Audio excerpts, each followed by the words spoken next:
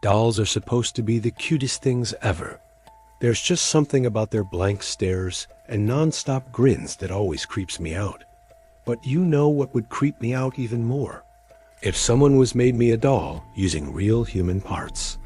Down in the comments, we have Abigail, and she asks for us to do an episode on a mysterious doll maker who only used real human body parts for his creations. Well, that sounds like the plot of a horror movie. Let's dive into it. Robert Eugene Otto was born on June 26, 1930. He was born in a town called Frankenmuth, Michigan. That's a strange name for a place. I've never heard of it. It means Frank's mouth in German. Look at this map. I wonder if he knew this when he named the town.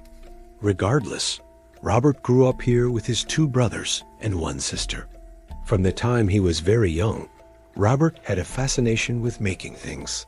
He would make toys out of scraps of wood and pieces of wire. The family lived in a house that had a large attic, which Robert would spend most of his time playing in. He loved climbing into the rafters and doing magic shows for his siblings. Whenever he would perform these shows, he would make his sister wear one of his mother's dresses so that she could play the role of the audience. The weird thing is that Robert actually believed that he was performing for a live audience.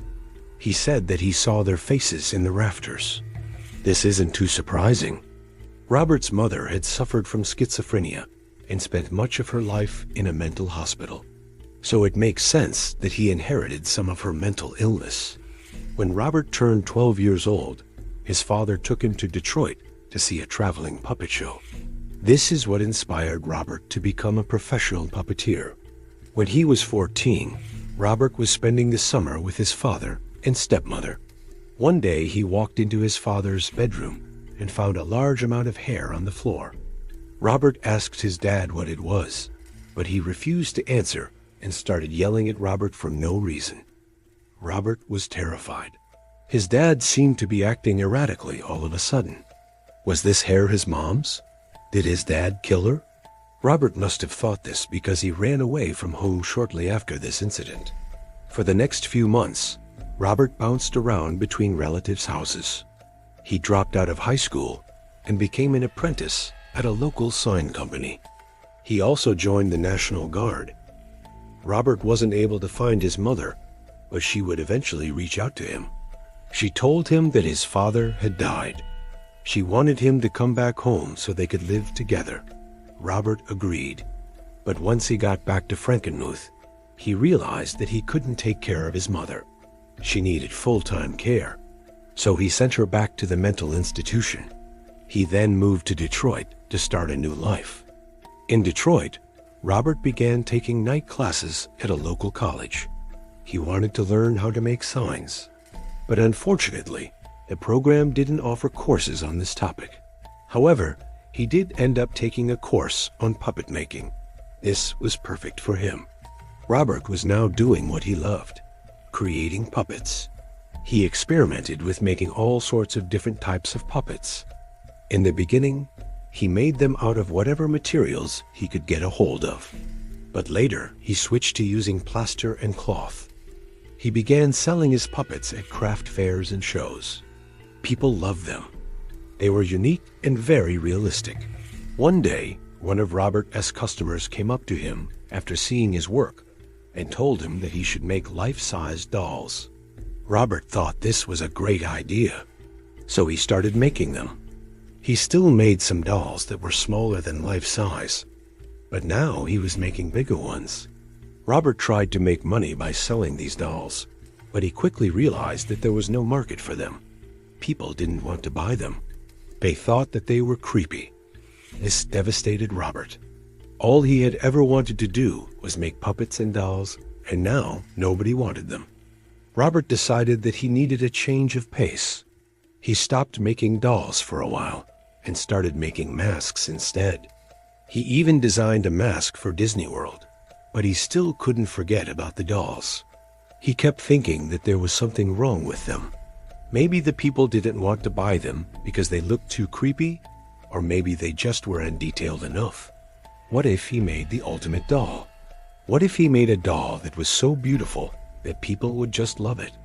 Robert went back to his roots and started using scraps of material to make the doll.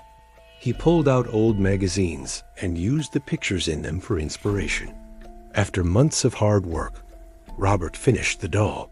He put so much detail into it. He cut real hair and put it onto the doll's head. He carefully painted the face so that it looked as realistic as possible. He also outfitted the doll with real human teeth. Robert was happy with his creation. He called her Sunshine Girl. He entered the doll into a fair where she won first prize. Robert was ecstatic. Finally, he was getting recognition for his work. After this, Robert was determined to create more realistic dolls. He experimented with putting real human eyes into them. These were actually eyeballs that he got from a medical supply company. The problem was that they started leaking fluid. He also tried putting real limbs and fingers on them. But this just made the dolls look too creepy. People were afraid to go near them. Then Robert had another idea. Instead of just using the body parts as is, what if he boiled them? He thought that boiling them would make them less gross. So he started doing this. Then he dried them out and put them into his dolls. Robert was so excited. He thought that finally he would have success. He created a whole bunch of dolls using this method. Some of them were male and some of them were female. Some of them were babies and some were adults.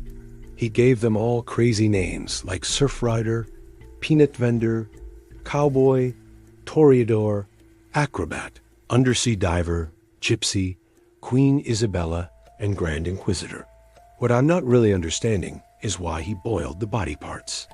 I mean, wouldn't it be less gross if he just put the fingers and stuff in without boiling them? Anyway, Robert was convinced that these dolls were art. He proudly displayed them in his home and dressed them up in his clothes. He would walk down the street with them and push them in strollers. Sometimes Robert would rent rooms in his house to other artists. It was a great way to meet new people, and he could get extra money. But unfortunately, they would always leave after a few days. They couldn't handle living with Robert and his dolls. Some of them even claimed that they saw ghosts in the house. One day, one of Robert's landlords went to check up on the property and was horrified when he saw what Robert had been doing. He immediately called the police.